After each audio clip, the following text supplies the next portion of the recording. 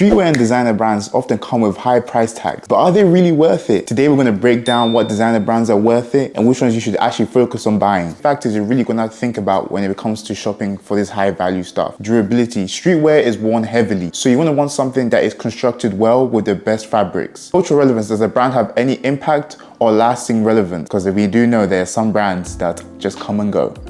Design uniqueness. Are the designs actually unique? Or are they just hype? And lastly, resale value. Do they hold value over time? We do know some pieces hold really long value over the many years, but they do become only certain pieces. And I bet you're wondering, Shaq, how do you know? How can you help us get the best brands? And yo, wait, I'm helping you with that now. The first brand I'm gonna say is pretty well and holds great value is a Cold War. Most of the Nike sneakers they hold value heavily. Some of them even ranging up to 1K. I don't know how you're gonna be able to get those.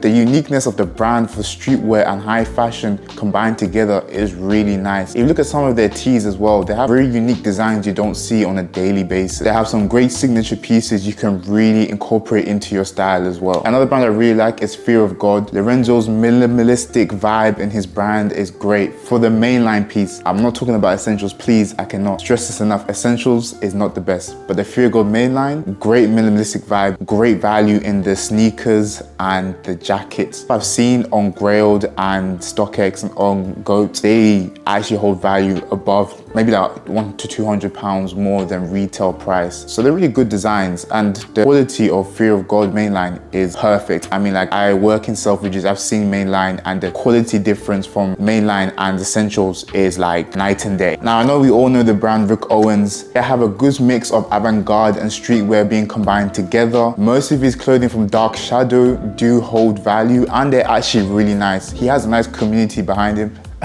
A nice community behind him. That is so funny to say. But he has a community behind him. It's not hype. These are, well, mix of hype, but you know, he's been doing this for time, and you know what I mean? Like, most of his clothing is great, you know? I've got friends who still hold some of his jeans to this day for 4+ years because they're really that good quality. They hold up for a long time. When it comes to jackets and outerwear, a brand which really does well for its innovation and garment dyes is Stone Island. I really like how they make their jackets. As I've seen in certain videos, they say the garment dye is much better in Stone Island than other brands like Fear of God. They understand how to make their clothing to the T. It's a great mix of functionality and style, so you know you're going to be looking great whilst being kept warm. Neighborhood is a brand I do not know a lot about, but I've heard that they focus on craftsmanship, and their military/biker vibe really gives it that minimal style look, and really nice for the basics. Expensive, but that's what you ask for. High fashion, expensive clothing, and their basics look really good.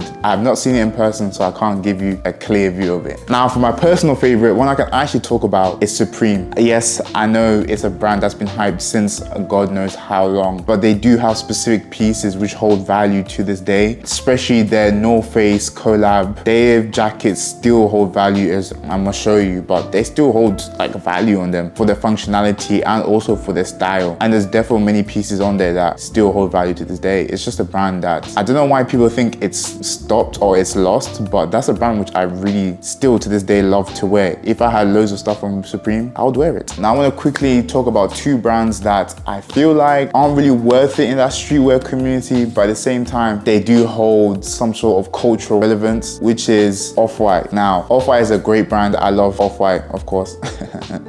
But they're a bit of a hit and miss. The sneakers do tend to hold up, but the clothing apparel, it's a bit of a hit or miss. You don't really know. Like, I've seen some pieces that are great, and I've seen some pieces that are just downright not all that great. Same along with Palm Angels. It's not really a brand that I like much of, but there's a lot of talk in the community that really talks about the quality and the price. They don't really equate together, you know what I mean? The quality is just not as good as the price should be asking for. But like I say, it's a personal opinion. Please let me know what you guys think, but those are just two brands that I've just seen from my own eyes whilst work in a high retail store. As I look at the forums in the community on Reddit, I'm seeing people talking about Japanese clothing, especially like Japanese brands. They really hold value, and we know that, you know, Japanese clothing, their quality is one of the best. There's a lot of things I buy which is Japanese, Evisu, Oslo, Capital. There's just certain brands that have a good quality in their clothing. But yeah, most of the time, that's what people really care.